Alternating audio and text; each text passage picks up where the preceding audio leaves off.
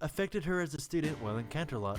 Her studying made friendships and family second fiddle in her life. You know, now that I think of it, that kinda reminds me of Moondancer. Ugh. What? Was it something I said? Those who have OCPD are so focused on isolated activities that it's really difficult to make room for close friendships. Hence the phrase, friendship is magic. Just think about that for a second. Anyway, each season it appears that Twilight Sparkle learns to better manage her anxiety, but it does seem to flare up every now and then. No reason to freak out! So what about Applejack? I got nothing, although she does seem to have the most depressing backstory out of the main six. I'm gonna get every last apple out of those trees this apple buck season all by myself. I found Fluttershy's condition to be the most tricksy to assess, but I say she has a very serious case of avoidant type personality disorder and social anxiety disorder. Avoidant type personality disorder is characterized by a long-standing pattern of feelings of inadequacy with extreme sensitivity to what others think about them and has social inhibitions. In addition, there are other symptoms that Fluttershy displays, including avoiding large groups of people and the preoccupation of potential criticism and rejection. This description really does explain Fluttershy to a tree and putting her hoof down. To be clear, having an avoidant type personality does not mean being shy. The concern here is that she's relying on being submissive rather than addressing the problem. And the fear of a social setting negatively affects your quality of life is when it becomes a problem. According to the Anxiety and Depression Association of America, social anxiety disorder is the extreme fear of being scrutinized and judged by others in social and professional.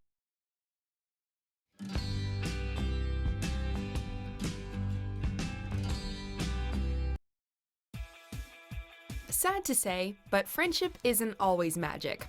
Welcome to Watch Mojo, and today we're counting down 10 dark facts about My Little Pony that will ruin your childhood. I'm just glad none of them ponies showed up. Oh, they're not so bad. Before we begin, we publish new content every day, so be sure to subscribe to our channel and ring the bell to get notified about our latest videos. For this list, we're looking at the most disturbing realities behind this franchise, about magical talking horses. Warning, not only will some of these facts get pretty grim, but they may contain spoilers. Number 10. Questionable pony names.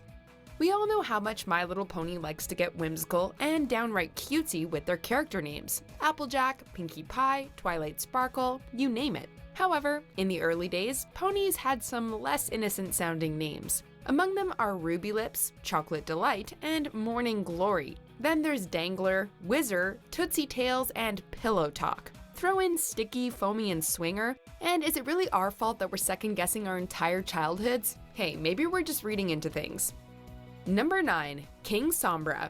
Long ago, King Sombra ruled over the Crystal Empire with an iron hoof, before being banished to the frozen north. Heavily inspired by Sauron from Lord of the Rings, Sombra is a dark presence that casts a long shadow. His former subjects fear the mere memory of him, and brief glimpses into his tyrannical reign over the land suggest they have every reason. The comics reveal that his malevolence stems from a tragic and lonely upbringing, during which the orphaned colt was ostracized and made fun of.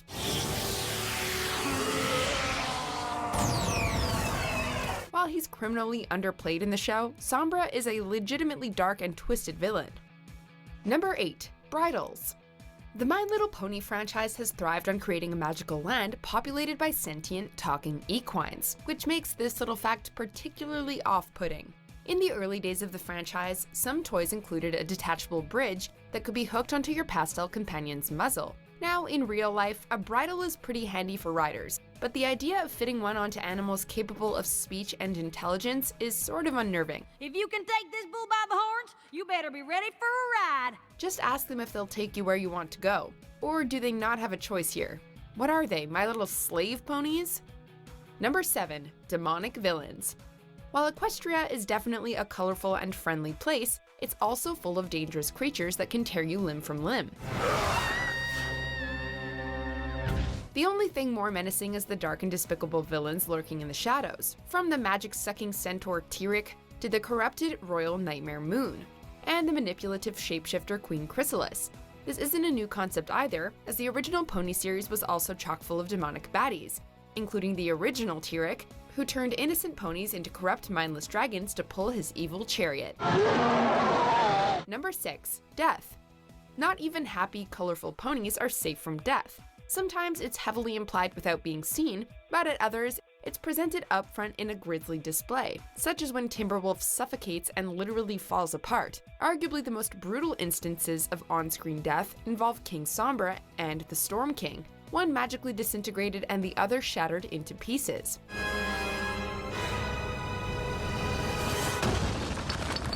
The only worst way to go out in Equestria is by catching swamp fever, a deadly illness that turns its victims into a disease-spreading tree, forever ending their once happy, carefree existences. Suddenly, I don't feel so well.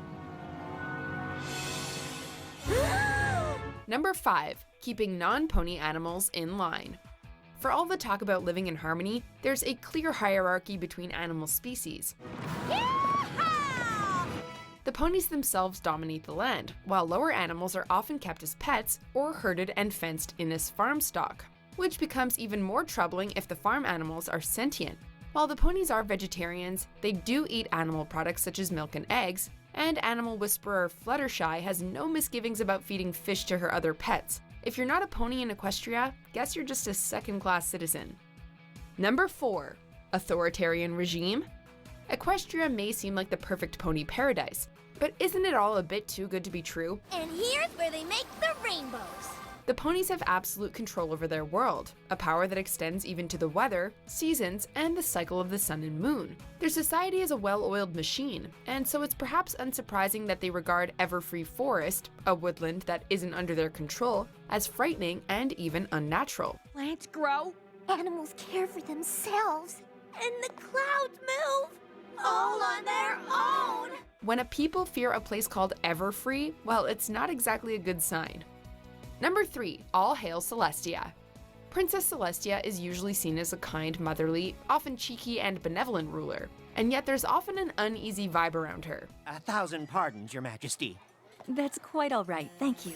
A lot of it comes from how her subjects treat her. While some simply bow, others scramble to keep her happy, almost as if they were terrified of what she might do.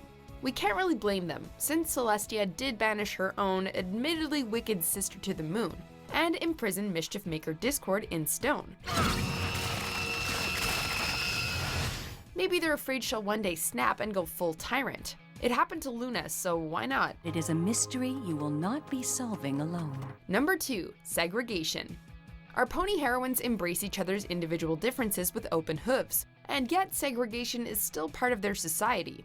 Equestria's capital, Canterlot, is primarily home to elite ponies and unicorns, while working-class Earth ponies are found in more urban towns such as Ponyville. You're from Ponyville? What's more, other sentient creatures such as dragons inhabit their own separate nation that the ponies feared out of simple and intentional ignorance. Oh, well, you see, I live in Ponyville and I'm... Ponyville? That explains it! I knew there was something vaguely ponyish about you. To paraphrase Animal Farm, all animals are equal, but some seem a lot more equal than others. Number 1. Tartarus. Believe it or not, hell actually does exist in the pony world in the form of Tartarus.